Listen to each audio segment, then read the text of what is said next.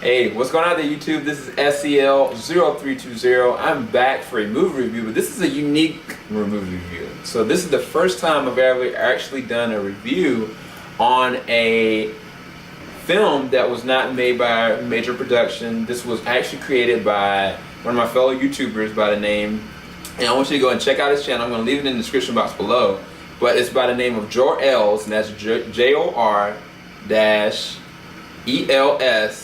Alexandria. Jor-El is his name, and he's a cool guy. He does movie reviews, he does TV show reviews, he does music reviews, he does music, and at the same time, like me, he also does like short films, and this is one of his first major films that's about runtime of about 1 hour and 1 minute long. And I wanted to tell him, I was like, I really want to do a review for him. You know, he didn't know. Maybe I don't know if you know it or not, but I was going to be really serious about it. And so the name of this movie that he's created is Satori. So that's S-A-T-O-R-I. This movie is really unique because looking at the trailers, I've been kind of following for a while and checking out the trailer, and I was like, man, this seems so ominous because it had a person like in a bathtub and it had him kind of running around, and I was like, the imagery behind what I'm seeing is mixing in with the ominous feel of the score. And so I'm going to read off a little bit of the synopsis for you. Character named Alex discovers a seamless anonymous dead body in front of his porch with a note attached to it. A discovery that rearranges his life. Literally, I might add. So he directed this himself. I believe he wrote it himself as well. Starring him, another actor that's playing the role of Eve, I assume, Amanda Everson. It's another person by the name of Eryc, Yeargain, and then another person, Devohn, Buerger. Basically, this is one of his first films, like I said, but how he created it, he used the 4K to be able to emulate it. And so when I was looking at it, like off the bat, I noticed that the imagery was done really well, and to have a 4K screen to be able to exemplify that, like I was like, wow, this is really cool, because how it kind of starts off is you kind of see jumbled images. You see him running through, and this is Jor-El is actually playing the main character, the protagonist that you think is the protagonist, by the name of Alex, and he's kind of running down this train track, and it was a really nice shot of the train track because when it went to the scope, it kind of had him kind of stopping and then running, putting on stuff, and then it showed the scope of this young lady, what I assumed was a young lady, and she was like literally seeing like she was suffocating in the water, and there was this blood all in the water everywhere, and it kind of goes from there, but it's seamless, if that makes sense. The reason why I say it's seamless is because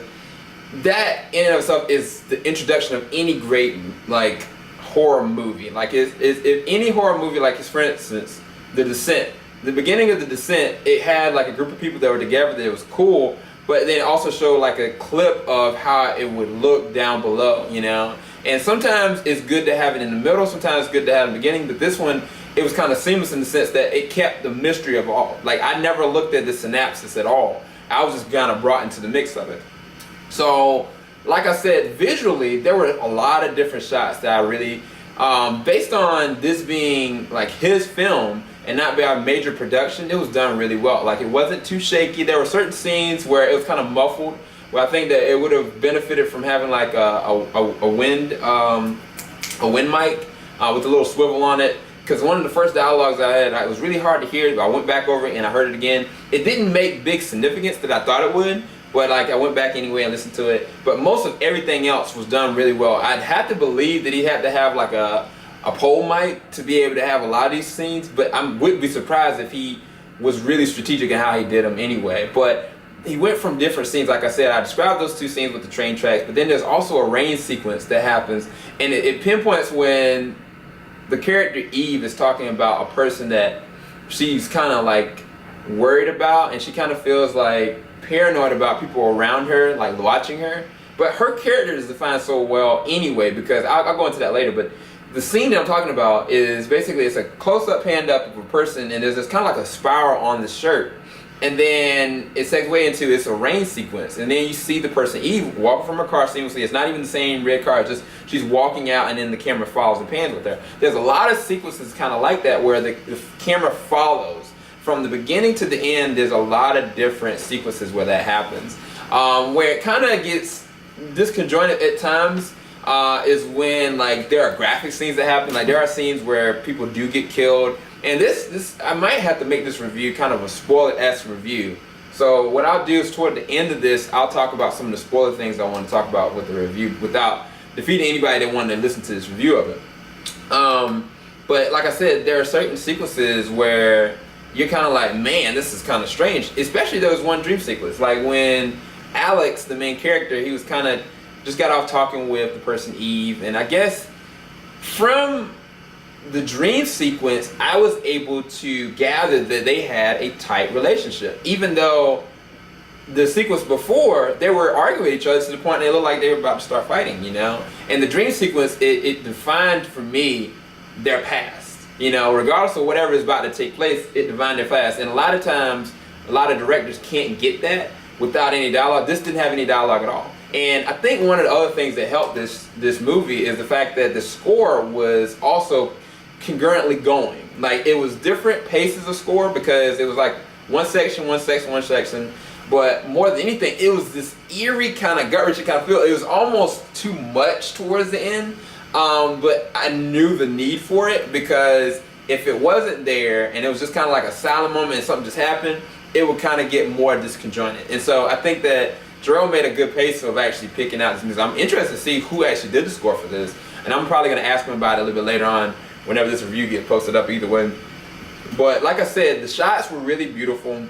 If I have to give the review for the visuals, based on this being a 4K camera and it looks like he doesn't have a big production staff with him, then I think this was done really well. And so I'd have to give it 8.5 out of 10. Like visually, it looked really stunning. I think, like I said, some sequences in the house when there's kind of like those action sequences that were happening, like I was kind of like put out of it. But then the visual right after that, it's always kind of like this one scene and then a seamless another scene. And because of the way the music is, it does it really well. It does it justice. It's like you don't have to show the graphic nature of what's going on until later on. And there are graphic things that happen in this thing.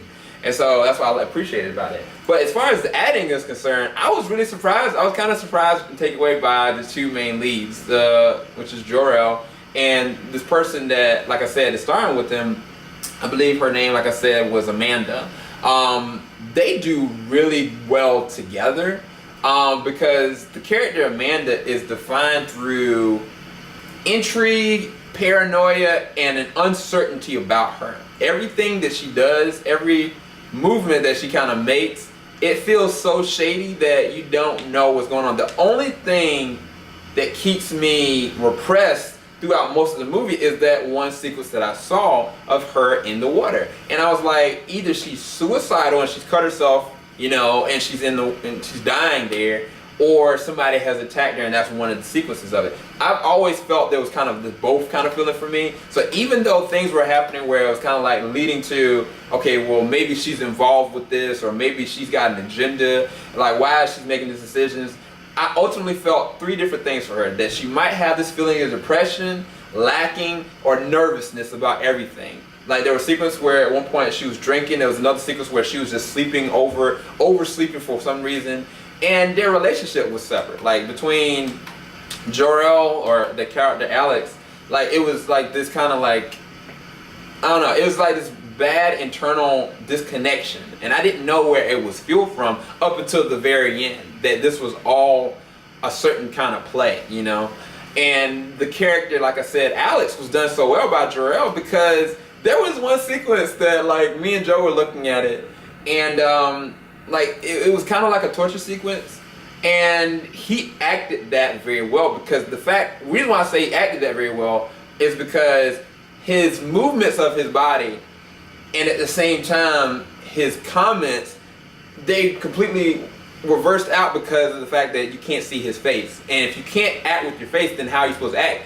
Like people like Tom Hardy, they're really good about doing it with their eyes or with their expression or with their nudges. Especially when I looked at like Mad Max the other night, there were a lot of actions that he was doing that showed that he was unraveling, you know. And the character, like I said, that Jor-El plays, he is unraveling because of the circumstances of finding a dead body on his house. And how they go about doing that, I'm gonna segue that into the story very soon. But there is 2 other actors in it, and I don't want to say too much until like later on. But like I said, the acting was done really well, especially with, like I said, Amanda and Jor-El. I thought that they did a really good job with the acting. I thought at first it was kind of like, man, this is kind of cliche. I've seen this before, but then towards the end, when certain things started happening, and I saw like the tears coming down from Jor-El's face, I was like, that's not easy to do, because I've done certain sequences myself where I've had to cry and had to put myself in and immerse myself into a role, and when you do that, you almost like you lose a part of yourself, you know. And for a person to direct it, write it, and do that, you know, you make it your own. It's hard to come out of something like that, you know. So most props for you, Jor-El, for that.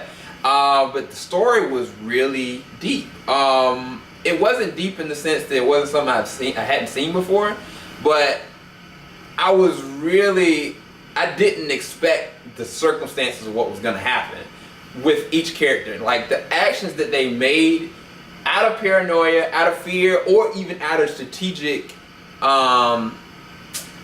intrigue of doing stuff, it was like, wow, I can't believe that just happened, you know? Like, I think the only thing that put me off, the actions were fine. Like, the actions, what they were doing and how they were doing it were fine, but when they did an action, it was like, because of, like how, like I said, like this is shot, like this is all just him. If there had been more actors involved with it, it might have made more of an impact maybe, but I think that for what it was done really well. So, like I said, for acting, I'll give the acting a 9 out of 10. But as far as how they doing the story, like there were so many moments that I was like, what is going on? It was like boom, boom, boom, boom, boom. And then how the music was paced with it. Like you got a dead body on your porch, and you see the dead body there, and it's got like a note attached to it. Listen to me, Alex. What are you gonna do? You know, and it comes to be a phone. And then they're both kind of like intrigued, like what's going on, you know? And it just kind of plays on the paranoia because their relationship was already severed. But how the relationship got severed is really the ploy of the story, you know? And so I really liked how they did the story. I thought that it was done very well and at the same time really seamless. It's just, for me, like there were times where I was like, wow. There were certain scenes where it was kind of lingering a little too long, but I understood the need for it. So if I had to get a story without spoiling anything, I give the story an 8 out of 10. I like the story. Like looking at the trailers, I didn't know if I could take it, honestly. But I got into it. Me and Joe kind of got this eerie kind of feel out of the story, and even the resolve towards the end, I was like, oh my gosh. So this is gonna be, I'm gonna make only a minute of spoilers for this section. So anybody who hasn't seen it yet, definitely go in the description box below. I'm gonna post a link to the actual movie so you can watch it again. Like I said, Satori. But this is spoiler section, so go. So I couldn't believe the fact that this whole entire time, the dead body, it was a person that didn't like their relationship. That blew me, because I was looking, I was like, how did they get from point A to point B? I knew that they had dysfunction. I felt that Eve had this feeling of depression, and at the same time, Alex had this feeling that he was trying to change her, you know. And whenever people have that, they're always in the class. Like that's why I was feeling like Alex was about to punch her. Like I was like, man, that's out of context. Like what's going on? Why is he doing that? You know. And then when they were kind of like fighting, finally, like when they were actually in the house and she actually sees the tape and she goes away and starts drinking, I was like, man, this is a setup. You know, I was like, he's about to die. You know, maybe she's the villain. You know, but then she hits him. She takes him downstairs, but he doesn't get killed. You know, and I was like, they really do care about each other. But what turned it for me was when Alex goes and like he gets out, and after he gets like his life threatened with this interrogation, I thought, like I said, it was really good. He goes and he's like freaking out, and he gets out and he knocks her out, you know, and from there he cuts her tongue out and leaves her in the bathtub and then kills her. I was like, and he was kind of explaining that it was like, well, y'all, you just wanted to break up with me. I know this was coming, XYZ, XYZ. And I was like, man, I can't believe that. I was like, this can't not be happening, you know? And he was so disjointed by it, because you could see those scenes where he was like dripping blood, and I thought the dream sequences were good, but I felt like there could have been moments where it was kind of like, add a little bit more element to it. But that might have been the prestige of this film. And he was trying to keep it centralized to how it normally would be with the basic kind of film. But either way, it was really cool. But the main person that I didn't see was the dead body. I was like, this is straight up. It felt like up until the point when he took out her tongue and killed her and buried her, I was like, this is a secret window. Johnny Depp all day, you know? But it added a different effect to have the element of the dead body was not dead. And when it started moving, and I was like, what? Because basically, Alex was guilt-ridden so bad, so shaken up so bad, he takes a dagger to himself.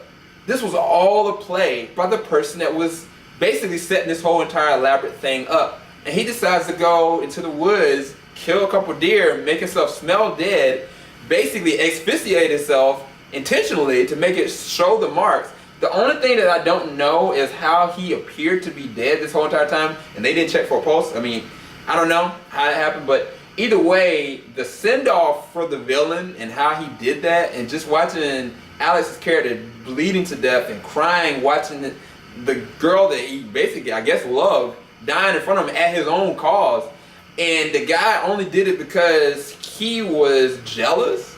I was like, dang. Yo, I don't want to be in that neighborhood or that town. But like I said, that is what makes up for a good thriller, a good horror movie. And it was really well done. It was really well done. I can't wait for his next project. Matter of fact, I'm going to ask him on hand, like, man, like, let's do a project together. Like, quite honestly, if I'm doing films and you're doing films, like, let's work on something together, you know? But either way, he did a really good job on this. So, Jor-El, my hat's off to you. I give your movie, I guess, Sum of Everything, be an 8.5 out of 10. I enjoyed it. Like, I'm going to try to do more short film or films that were developed by fans. I'm going to do more reviews for that. But I definitely had to do it for you, man. And hopefully y'all enjoyed my review for this. If you have any comments about it, leave it in the comment section below. If you like this review for it, please leave a like. But more than anything, go to the link in the description bar below and go check out this movie. This is SCL0320 signing out. Take care, everybody. Later.